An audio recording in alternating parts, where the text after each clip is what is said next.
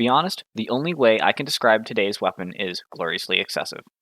However, brief descriptions of weapons is not what the series is about, so today, let's have a look at the M105 Stalwart.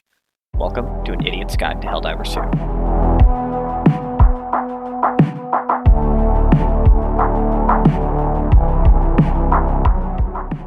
Before we get into today's video, this series is sponsored by 1G ServerHost, a top-of-the-line server hosting platform running on the best hardware available.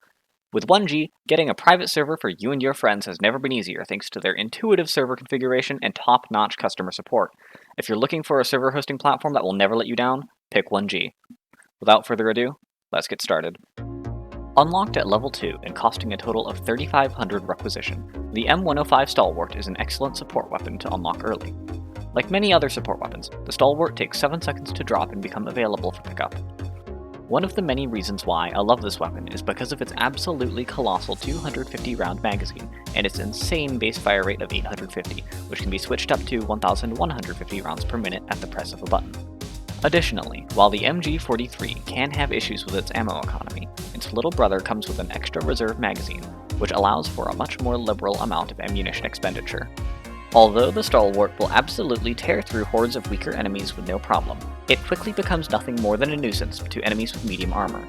Only being able to penetrate light armor is by far the biggest drawback of bringing the Stalwart instead of an MG43. If you're expecting to face off against a higher quantity of medium armored enemies, consider bringing the MG43 instead.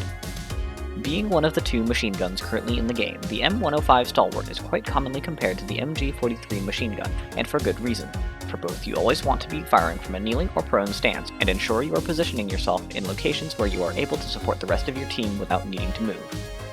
For the most part, you want to utilize the Stalwart in a very similar manner to the MG43, but there are a few key differences that I believe makes the Stalwart much more than being a worse version of its bigger brother.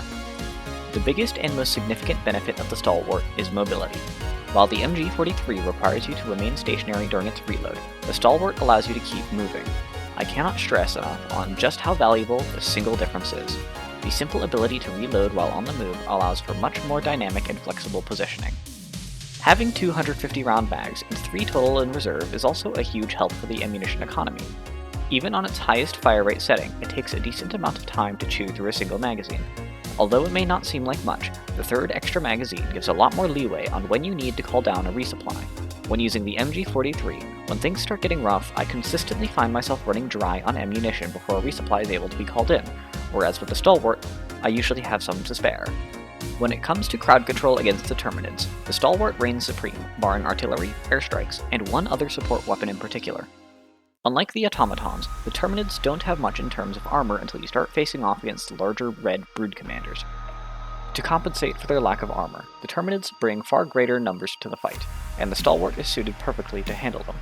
Simply set yourself up on top of a hill or at the mouth of a choke point and show the bugs what 1,150 rounds of liberty per minute looks like. Target prioritization with the Stalwart is somewhat inverse to the MG43's, focus on shredding the small fry while other Helldivers take out the bigger bugs. Although the Stalwart is an extremely strong pick against the Terminids, the same cannot be said about the Automatons, at least when on its own. The Stalwart will make short work of the bot's light infantry and berserkers, but the lack of medium armor penetration means you'll do nothing but be an annoyance to their heavy infantry. If you really want to pack the Stalwart against the Automatons, ensure that your team has the capability to deal with multiple Devastators simultaneously, and in a somewhat timely manner.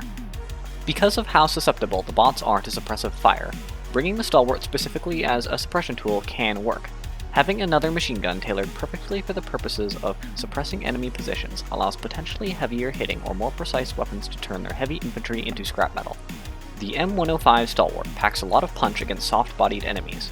Even though it's unable to effectively engage targets with medium armor, this by no means makes it redundant. Against the bugs, the Stalwart is an amazing choice that especially helps with thinning out their weaker units. While it may not be the best pick against the Automatons and their heavy infantry, when combined with the MG43, the Stalwart ensures that anything that survives the opening volley will be unable to effectively engage your team. In case of emergency, flip the fire rate up to maximum and introduce all incoming threats to a wall of lead. Thank you all for watching. If you are enjoying this series, please consider liking and subscribing. This is Nappa, Eye of the Apple, signing off.